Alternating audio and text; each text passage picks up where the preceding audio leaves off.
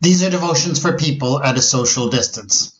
This morning in my devotions, I came across a verse that I never really noticed before. It's Luke chapter 16, verses 14 and 15. The Pharisees, who were lovers of money, heard all of this, and they ridiculed Jesus. So he said to them, "You are those who justify yourselves in the sight of others, but God knows your hearts, for what is prized by human beings is an abomination in the sight of God." Now that struck me, first of all, because of course I started reading, I was following daily lectionary. I started with that verse, and so why were they, the first question is, why were they ridiculing him? They're ridiculing him, we're told, because they loved money. Now, Pharisees were a religious group, so in general, you would think they wouldn't be concerned with questions of money, but they had ties with the elite in society, the wealthy class, and so, yeah, they as religious people often are and often have been and often continue to be, have close ties with the wealthy elite, so, yeah, they often come down on the side of the rich and not on the poor. So they are criticizing Jesus for something he said about money. Well, what has he said about money? So I had to go back and I had to look back, and it is, of course, one of the more difficult parables of Jesus, the parable of the dishonest manager.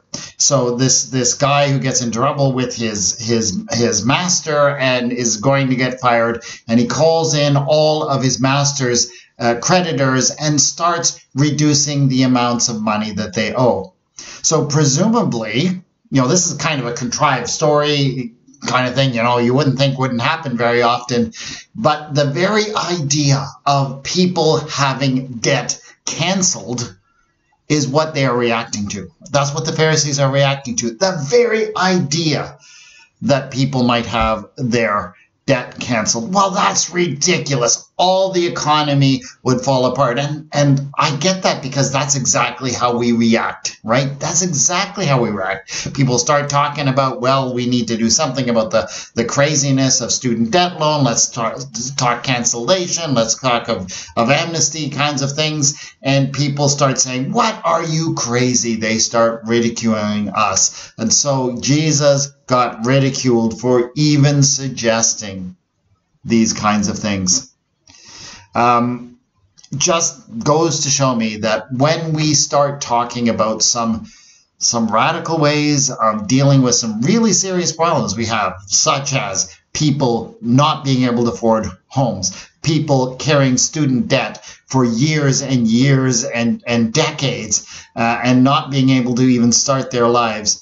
These are serious problems that real people are struggling with, and when we start talking about doing something about that, yes, people will ridicule us and say, what, are you crazy? You can't do that kind of thing.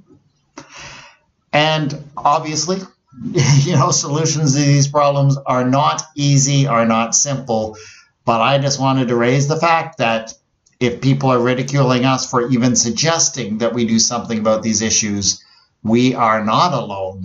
We are in darn good company. Lord, as we struggle with some real issues that are keeping people from even participating, even starting to participate in the economy, being in a place where they can, start having families, where they can actually, at some point future in their life, be able to afford a home. We are dealing some real issues. Make us bold to find real solutions to these ongoing problems. Amen.